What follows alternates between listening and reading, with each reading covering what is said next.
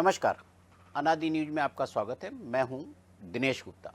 सत्ता और सियासत के इस एपिसोड में बात होगी प्रदेश के प्रशासन की सबसे बड़ी कुर्सी की। राज्य का अगला मुख्य सचिव कौन बन सकता है, यह बताएंगे। सरकारी कर्मचारियों की पदोन्नति हो पाएगी या नहीं, यह बताएंगे। कांग्रेस में चल रहे घमासान और राज्य मंत्री प्रतिमा बागरी की मुश्किल भी जानेंगे। तो चलिए शुरू करते हैं सत्ता और सियासत। सबसे पहले हम बात करते हैं राज्य के अगले मुख्य सचिव के बारे में। क्या 2 माह बाद 1 सितंबर को मध्य प्रदेश को नया मुख्य सचिव मिलने वाला है? आईएएस अधिकारी अनुराग जैन को दी गई 1 साल की सेवा वृद्धि का समय 30 अगस्त को पूरा हो जाएगा। केंद्र सरकार यदि जैन को दूसरी बार सेवा वृद्धि नहीं देता है तो मुख्य सचिव के पद पर नया चेहरा आएगा। वो कौन होगा जो प्रदेश का अगला मुख्य सचिव नियुक्त किया जाएगा? क्या राजेश राजौरा की मुख्य सचिव बनने की इच्छा पूरी हो पाएगी? ये महत्वपूर्ण सवाल है। मुख्य सचिव पद का जो पद है, मुख्य सचिव पद पाने की जो कोशिश अशोक बर्णवाल कर रहे हैं, क्या वो पूरी होगी? यह भी देखना होगा। या फिर कोई और अधिकारी भारत सरकार से सीधे मुख्य सचिव की कुर्सी पर भेजा जाएगा। राज्य में इस तरह की अटकलबाजियां चल रही हैं कि प्रदेश का जो अगला मुख्य सचिव है वो हो सकता है कि भारत सरकार से में जो सचिव है वो आ जाए। कई तरह की लगातार अटकलबाजियां चल रही हैं। अनुराग जैन की दूसरी सेवा वृद्धि को लेकर अधिकारियों को अलग अलग जो है अधिकारियों के मत हैं। दोनों मत हम जानते हैं। पहला मत सेवा वृद्धि के पक्ष वाला है। ऐसा पक्ष रखने वाले अधिकारियों का अनुमान है कि केंद्र सरकार राजेश राजौरा की राह रोकने के लिए जैन को एक और सेवा वृद्धि दे सकती है। राजेश राजौरा 1990 बैच के अधिकारी हैं। इनका रिटायरमेंट अगले साल मई में होना है। राजौरा की मुख्य सचिव पद पर दावेदारी बीरा राणा के रिटायर होने के बाद से ही मजबूत बनी हुई है। 1985 बैच के आईएएस अधिकारी इकबाल सिंह बैंस विधानसभा चुनाव की प्रक्रिया के दौरान ही रिटायर हो गए थे। चुनाव आयोग ने चुनी हुई सरकार आने तक वरिष्ठता क्रम में सबसे ऊपर होने के कारण बीरा राणा को प्रभारी मुख्य सचिव नियुक्त किया था। डॉक्टर मोहन यादव की सरकार आने के बाद बीरा राणा की नियुक्ति मुख्य सचिव के पद पर नियमित की गई। उनका रिटायरमेंट 31 मार्च 2024 को होना था। लोकसभा चुनाव के कारण केंद्र सरकार ने उन्हें 6 माह की सेवा वृद्धि भी दी। अनुराग जैन को मुख्य सचिव की कुर्सी देने का फैसला लगभग 9 माह चली सोच विचार की लंबी प्रक्रिया के बाद दी गई। सबसे लंबा सेवा काल शेष होने के बाद भी राजेश राजौरा मुख्य सचिव की कुर्सी नहीं पा सके, या ये कह सकते हैं कि सरकार ने उन्हें कुर्सी नहीं दी। अनुराग जैन ने 3 अक्टूबर 2024 को मुख्य सचिव का पदभार संभाला था। उनका रिटायरमेंट अगस्त 2025 में होना था। केंद्र सरकार ने उन्हें 1 साल की सेवा वृद्धि देकर कई अफसरों को मुख्य सचिव की दौड़ से बाहर कर दिया था। अनुराग जैन को सेवा वृद्धि न मिलने की संभावना प्रकट करने वाले अफसरों का मानना है कि केंद्रीय नेतृत्व की नज़र अगले विधानसभा चुनाव पर है। ये बड़ा कारण है जो दूसरा नज़रिया अधिकारी रख रहे हैं, जो मंत्रालय में अटकलें चल रही हैं। इस कारण जो है वह ऐसे अफसर की तलाश है केंद्र सरकार को जिसके पास लंबा सेवा काल बाकी हो और बार बार एक्सटेंशन भी ना देना पड़े। यदि हम इस तर्क को सही माने तो राजेश राजौरा और अशोक बर्णवाल ही नहीं, राज्य में तैनात कई अफसरों को आने वाले दिनों में निराशा का सामना करना पड़ सकता है। राजौरा मई 2027 में रिटायर होंगे और अशोक बर्णवाल जनवरी 2027 में होंगे। पिछले साल जब अनुराग जैन की सेवा वृद्धि का मामला अटका था तब उन्होंने अशोक बर्णवाल के पक्ष में दिल्ली में लॉबिंग भी की थी। प्रशासन में अशोक बर्णवाल अनुराग जैन के सबसे करीबी अफसर माने जाते हैं। मुख्य सचिव पद के एक अन्य दावेदार 1991 बैच के ही मनु श्रीवास्तव भी हैं। उनका भी रिटायरमेंट अगले साल सितंबर में है। 1992 बैच के केसी गुप्ता अगस्त 2027 में रिटायर हो जाएंगे। संजय दुबे 1993 बैच के अफसर हैं, उनका रिटायरमेंट सितंबर 2028 में है। जब वे रिटायर होंगे तब राज्य में विधानसभा चुनाव की प्रक्रिया चल रही होगी। अब हम उस पर बात करते हैं कि यदि ये दोनों अफसर जो राज्य में तैनात हैं इनको मौका नहीं मिला तो फिर क्या होगा। फिर केंद्र से कोई अफसर आएगा, तो उनके नाम भी चल रहे हैं कि वो अफसर कौन होंगे जो वरिष्ठता क्रम के आधार पर मुख्य सचिव बनने का दावा रखते हैं। लेकिन वे सभी जो केंद्र सरकार में पदस्थ हैं, राज्य में नहीं है, तो इसलिए उनकी चर्चा मंत्रालय में यहाँ ज़्यादा नहीं हो रही। उनके बारे में जो भी फैसला लेना है केंद्र सरकार को लेना है। इन अफसरों में जो सबसे ऊपर नाम है मनोज गोविल का नाम है। 1991 बैच के इस अफसर का रिटायरमेंट मार्च 2029 में है। दूसरा नाम पंकज अग्रवाल का है। अग्रवाल 1992 बैच के हैं। इनका रिटायरमेंट नवंबर 2029 में है। यानी ये 2028 के विधानसभा और 2029 के लोकसभा चुनाव तक पद पर रह सकते हैं। जो भी फैसला होना है इन्हीं अफसरों में होना है। दिलचस्प यह है कि इन अफसरों का मुख्यमंत्री डॉक्टर मोहन यादव से पहले का कोई भी संपर्क नहीं है। इन दिनों मनोज गोविल कैबिनेट सेक्रेटरीट में और पंकज अग्रवाल भारत सरकार के ऊर्जा सचिव हैं। इस बात की संभावना बेहद कम है कि सरकार 1993 बैच या इसके बाद के किसी बैच के अफसर को मुख्य सचिव बनाएगी। मध्य प्रदेश सरकार के ऊर्जा मंत्रालय ने हाल ही में विद्युत नियामक आयोग के अध्यक्ष पद के लिए आवेदन करने की तारीख आगे बढ़ा दी है। सरकार ने 5 मई को आवेदन आमंत्रित करने की प्रक्रिया शुरू की थी। आवेदन करने की अंतिम तारीख 19 जून थी। अब यह बढ़ाकर 21 जुलाई 2026 कर दी गई है। ऐसा माना जा रहा है कि आवेदन करने की तारीख अनुराग जैन के रिटायरमेंट को ध्यान में रखकर बढ़ाई गई है। यदि मुख्य सचिव पद पर एक और सेवा वृद्धि की संभावना नहीं बनी तो अनुराग जैन 21 जुलाई को राज्य विद्युत नियामक आयोग के अध्यक्ष पद के लिए आवेदन कर सकते हैं। आवेदन के बाद चयन प्रक्रिया में भी कुछ समय लगता है। यदि सभी कुछ योजना के अनुसार हुआ तो अगस्त के अंत तक नियामक आयोग को भी नया अध्यक्ष मिल जाएगा। चयनित अध्यक्ष का कार्यकाल पदभार ग्रहण करने की तारीख से 5 वर्ष या 65 वर्ष की आयु पूर्ण होने तक जो भी पहले होगा वह रहेगा। विद्युत नियामक आयोग के चेयरमैन के पद पर पदस्थ रहे एसपीएस परिहार का कार्यकाल 2 जनवरी 2025 को खत्म हो गया था। इसके बाद 3 जनवरी 2025 से यह पद रिक्त हो गया। इसके लिए ऊर्जा विभाग ने सबसे पहले जून 2024 से पद भरने की कवायद शुरू की थी और सितंबर व नवंबर 2024 में भी इसके लिए आवेदन बुलाए गए, लेकिन सरकार किसी का भी चयन नहीं कर पाई। यह भी कह सकते हैं कि सरकार चयन टालना चाहती थी। नियामक आयोग के अलावा और भी पद हैं, उसमें रेरा के चेयरमैन का पद भी है, वो भी खाली पड़ा हुआ, उस पर भी लोगों की निगाह है। तो इस पद पर कौन आएगा, इस पर जो है कब तक नियुक्ति होगी, ये भी बहुत महत्वपूर्ण है। ये भी इस पर भी रिटायर्ड नौकरशाह जो है उनको नियुक्ति दी जाती रही है। अभी हाल ही में हाई कोर्ट ने कहा है कि आपकी ये केवल रिटायर्ड आईएएस अधिकारियों का पद नहीं है, ये आप ओपन है सभी के लिए, जो इस क्षेत्र का जानकार है वो भी आवेदन कर सकता है। इसलिए जो है अब फिर नए सिरे से यहाँ भी एक कवायद चालू होगी। राज्य भू संपदा विनियामक प्राधिकरण के रेरा को हम कहते हैं, इसके अध्यक्ष का जो पद है वो 3.25 माह से खाली है। एपी श्रीवास्तव, काफ़ी चर्चा हुई इनकी, ये जब रिटायर हुए तब से खाली है। ये मार्च 2026 में एपी श्रीवास्तव रिटायर हुए थे। रेरा के सदस्य एसएस राजपूत का कार्यकाल भी 6 जून को समाप्त हो गया। अब केवल एक सदस्य रश्मि अग्रवाल हैं, वही रेरा के निर्णय ले रही हैं, वही सब कुछ कर रही हैं। रेरा के निर्णय के विरुद्ध जो अपीलें सुनने वाला अपीलीय प्राधिकरण है वहाँ भी अध्यक्ष नहीं है, दोनों खाली हैं। इससे आप देखिए क्या हो रहा है कि जो सेक्शन है कॉलोनाइजर का या जो कॉलोनी डेवलप करते हैं, रियल एस्टेट का जो बाजार है वो इसके कारण काफ़ी धीमा चल रहा है। जब अपीलेट ट्रिब्यूनल भी नहीं है, रेरा में भी नहीं है, तो आप समझ सकते हैं कि क्या स्थिति होगी। और देखिए ये सरकार की जो है बड़ी नीतिगत, आप देखिए ना, चूक हम इसे कह सकते हैं।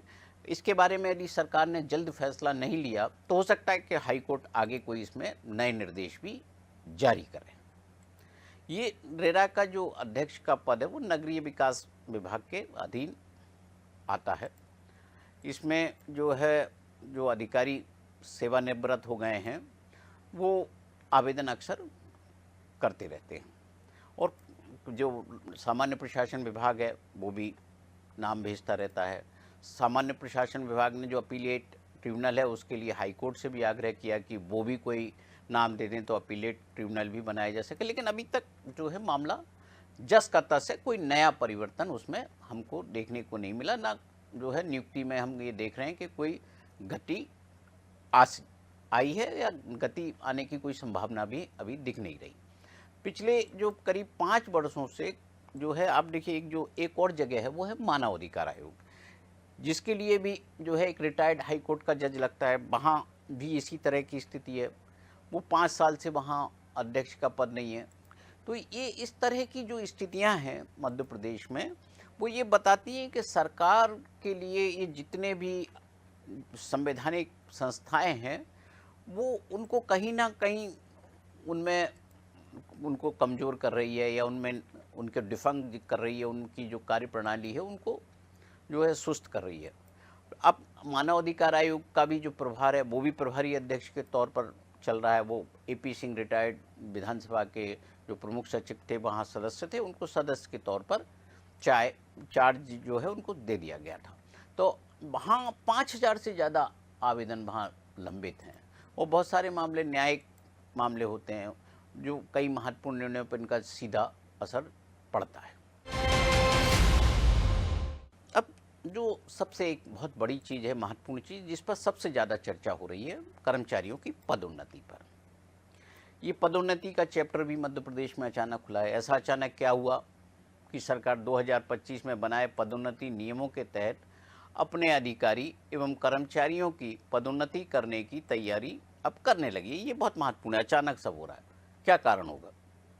मंत्रालय में चर्चा यही है कि अनुराग जैन मुख्य सचिव पद से रिटायर होने से पहले एक बड़ा काम ऐसा करके जाना चाहते हैं जो उनके कार्यकाल की बड़ी उपलब्धि के तौर पर याद किया जाता रहे।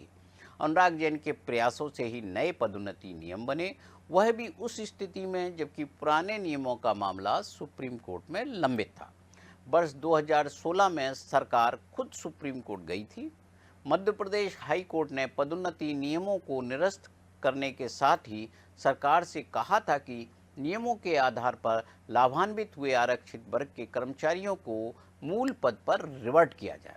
इस आदेश के बाद ही तत्कालीन मुख्यमंत्री शिवराज सिंह चौहान का यह बयान आया था कि कोई माई का लाल पदोन्नति में आरक्षण नहीं छीन सकता। शिवराज सिंह चौहान ने यह ऐलान अजाक्स के सम्मेलन में अचानक पहुंचकर किया था। सम्मेलन में उन्हें नहीं बुलाया गया था। मामलों का आरक्षित वर्ग से ये जुड़ा हुआ मामला था। इस कारण अजाक्स के तत्कालीन अध्यक्ष IAS अधिकारी JN कंसोटिया की रणनीति के अनुसार मुख्यमंत्री जो तत्कालीन थे शिवराज सिंह चौहान सम्मेलन में पहुंच गए और यह घोषणा कर दी कि कोई माई का लाल पदोन्नति में आरक्षण नहीं छीन सकता। इस घोषणा का असर 2018 के विधानसभा चुनाव के परिणामों पर भी पड़ा। भाजपा के हाथ से सत्ता फिसलकर कांग्रेस के हाथ में चली गई। सुप्रीम कोर्ट ने पदोन्नति का रास्ता अवरुद्ध ही रखा हुआ, अभी तक उन्होंने खोला नहीं है। सुप्रीम कोर्ट में सरकार की जो अपील है विचाराधीन है। हाई कोर्ट के आदेश के अनुसार अधिकारियों एवं कर्मचारियों को रिवर्ट भी नहीं किया गया। अभी रिवर्ट भी नहीं किया कि सारे अधिकारी उसी पद पर काम कर रहे हैं। नतीजा, पदोन्नति पूरी तरह से रुक गई। पदोन्नति ना हो पाने के कारण प्रदेश का सरकारी तंत्र प्रभारी के भरोसे चल रहा है। हमने अभी आपको बताया ना कि कैसे जो मानवाधिकार आयोग में प्रभारी है, रेरा में काम नहीं हो रहा, ऊर्जा जो विभाग के अंतर्गत विद्युत नियामक आयोग है उसमें भी काम नहीं हो रहा। तो ऐसी सरकार में सब कुछ काम प्रभारी के भरोसे चल रहा है। हर विभाग में प्रभार है, हर जिले का अधिकारी प्रभारी है। सरकार इस बात को जानती है कि सुप्रीम कोर्ट से भी कोई राहत पदोन्नति के पुराने नियमों पर नहीं मिलना है। इस कारण ही नए नियम बनाए गए। नए नियम भी ऐसे जिसमें मामला आसानी से सुलझता दिख नहीं रहा। मुख्य सचिव अनुराग जैन की इच्छा थी कि ये कुछ ऐसा काम करना चाहिए जिससे लोग याद रखें, तो रास्ता निकाला गया। महाधिवक्ता की राय ली गई। महाधिवक्ता की राय है कि हाई कोर्ट ने 2025 के नियमों पर कोई स्टे नहीं दिया है तो पदोन्नति की जा सकती है। ये पदोन्नति उसकी बात कर रहे हैं जिसमें पदोन्नति में रिजर्वेशन वाली पदोन्नति की बात नहीं कर रहे, ये सिंपल पदोन्नति की बात कर रहे हैं। महाधिवक्ता शायद उनको जो है ये बात का संज्ञान में तो उनके ही होगा कि उन्होंने खुद हाई कोर्ट के सामने कहा था कि जो पदोन्नति में आरक्षण के नियमों पर जो के तहत जो पदोन्नति होना है उस पर जो फैसला आने तक सरकार एक भी पदोन्नति नहीं करेगी। ये सरकार का कमिटमेंट कोर्ट के अंदर है। सरकार के इसी लिखित कमिटमेंट के कारण हाई कोर्ट की बेंच ने पदोन्नति नियमों पर कोई स्टे नहीं दिया। नियमों पर जो बेंच सुनवाई कर रही थी उसके जो सभी जज हैं वो ट्रांसफ़र हो गया। सुनवाई के लिए नई बेंच बनेगी, तब नए सिरे से सुनवाई होगी। सरकार और उसके अफसर इस स्थिति का लाभ उठाकर पदोन्नति करना चाहते हैं, जबकि वे खुद जानते हैं कि मामला कोर्ट के समक्ष विचाराधीन है, सब जुडिश है, फिर इतनी जल्दी क्यों हो रही है। कांग्रेस ने अपने जिन जिन नेताओं को कद और पद से भारी किया, उन्होंने कभी उसका आभार नहीं माना। जब मौका मिला नुकसान ही पहुंचाया। कोई पार्टी छोड़ गया तो कोई पार्टी में रहकर ही उसे ठिकाने लगा रहा है। मध्य प्रदेश की पूरी राजनीति दो दलीय व्यवस्था पर टिकी हुई है, कांग्रेस और भारतीय जनता पार्टी। कांग्रेस में जिस तरह के झगड़े और गुटबाजी देखने को मिल रहे हैं वे ऐसे ही चलते रहे तो वह दिन दूर नहीं जब यह प्रदेश एक दलीय व्यवस्था का अग्रणी राज्य बन जाएगा। सिर्फ भाजपा रहेगी, कांग्रेस के बचे हुए नेता भी भाजपा में चले जाएंगे। ऐसी स्थितियां भी अब धीरे धीरे हम बढ़ रहे हैं, उसी ओर बढ़ रहे हैं। मध्य प्रदेश में कांग्रेस का नेतृत्व जिन हाथों में है, मौजूदा नेतृत्व, उनकी सोच भी ऐसी है कि जिसे जाना है चले जाएं। चाहे उसमें अब राहुल गांधी हों, खड़गे जी हों, जीतू पटवारी हों, सभी कह रहे हैं जिसको जाना है चले जाएं। ज्योतिरादित्य सिंधिया भी चले गए ऐसे ही, और भी कई बड़े नेता पार्टी छोड़ चुके हैं। भाई उसके पीछे कहते हैं, कमलनाथ जी भी कहते थे कि जब मुख्यमंत्री थे चलो चलो चलो, तो लोग चले गए। राज्यसभा के चुनाव भी हाल ही में प्रक्रिया समाप्त हुई है कि राज्यसभा चुनाव के वक्त भी चर्चा थी कि कुछ विधायक पार्टी छोड़कर भाजपा में जा रहे हैं। मीनाक्षी नटराजन का पर्चा जिस तरह निरस्त हुआ, उसकी दास्तां भी कांग्रेस में गुटबाजी और परिपक्व नेतृत्व से जाकर जुड़ जाती है।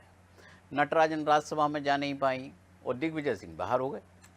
पार्टी ने उन्हें 2 बार मुख्यमंत्री, दिग्विजय सिंह को 2 बार मुख्यमंत्री, प्रदेश कांग्रेस का अध्यक्ष, लोकसभा राज्यसभा सदस्य, संगठन में और भी जिम्मेदारी दी, सब कुछ दिया। आखिर में क्या हुआ?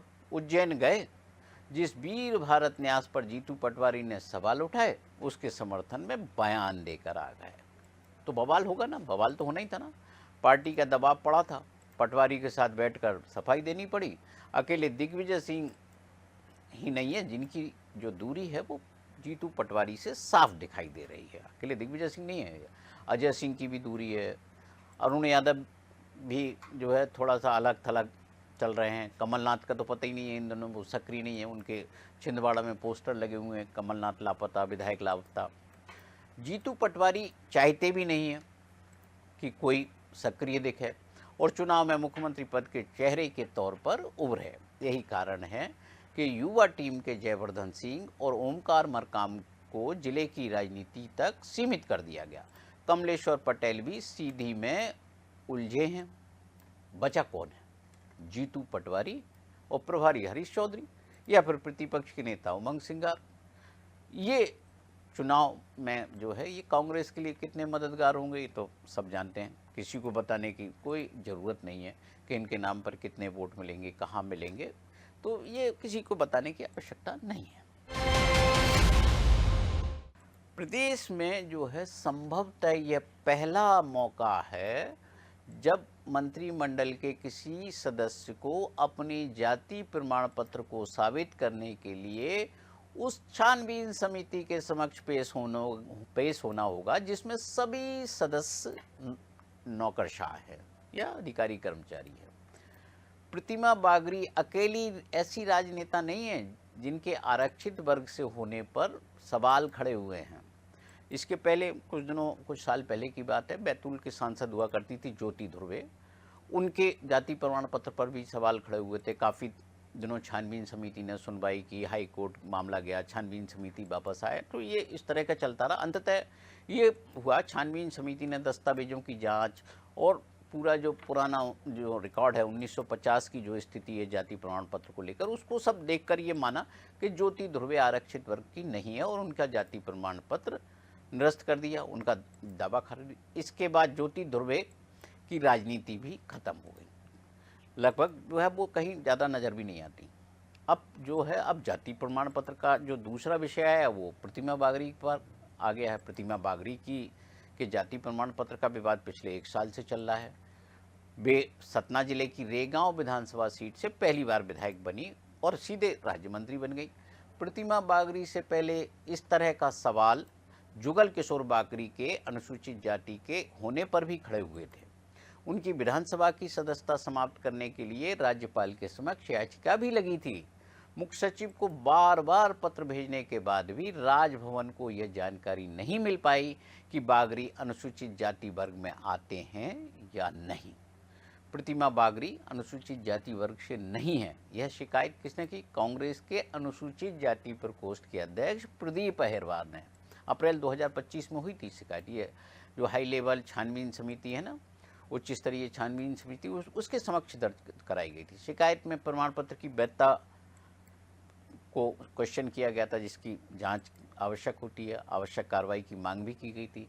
शिकायत पर लंबे समय तक कोई कार्रवाई नहीं होने के बाद प्रदीप अहिरवार ने हाईकोर्ट में जनहित याचिका दायर की। याचिका पर सुनवाई के दौरान न्यायालय ने संबंधित प्रकरण को निर्धारित अवधि में निराकरण के लिए छानबीन समिति को वापस भेज दिया। निर्धारित समय पूर्ण होने के बावजूद अंतिम निर्णय अभी नहीं हो सका है, लेकिन अब उच्च स्तरीय छानबीन समिति ने 6 जुलाई को, जो आने वाली 6 जुलाई है 2026 को, दोनों पक्षों को तलब किया है। इसी में सुनवाई होगी और प्रक्रिया आगे बढ़ेगी। सत्ता और सियासत में आज इतना ही। देश और दुनिया की खबरें देखने के लिए बने रहें अनादि टीवी के साथ। नमस्कार।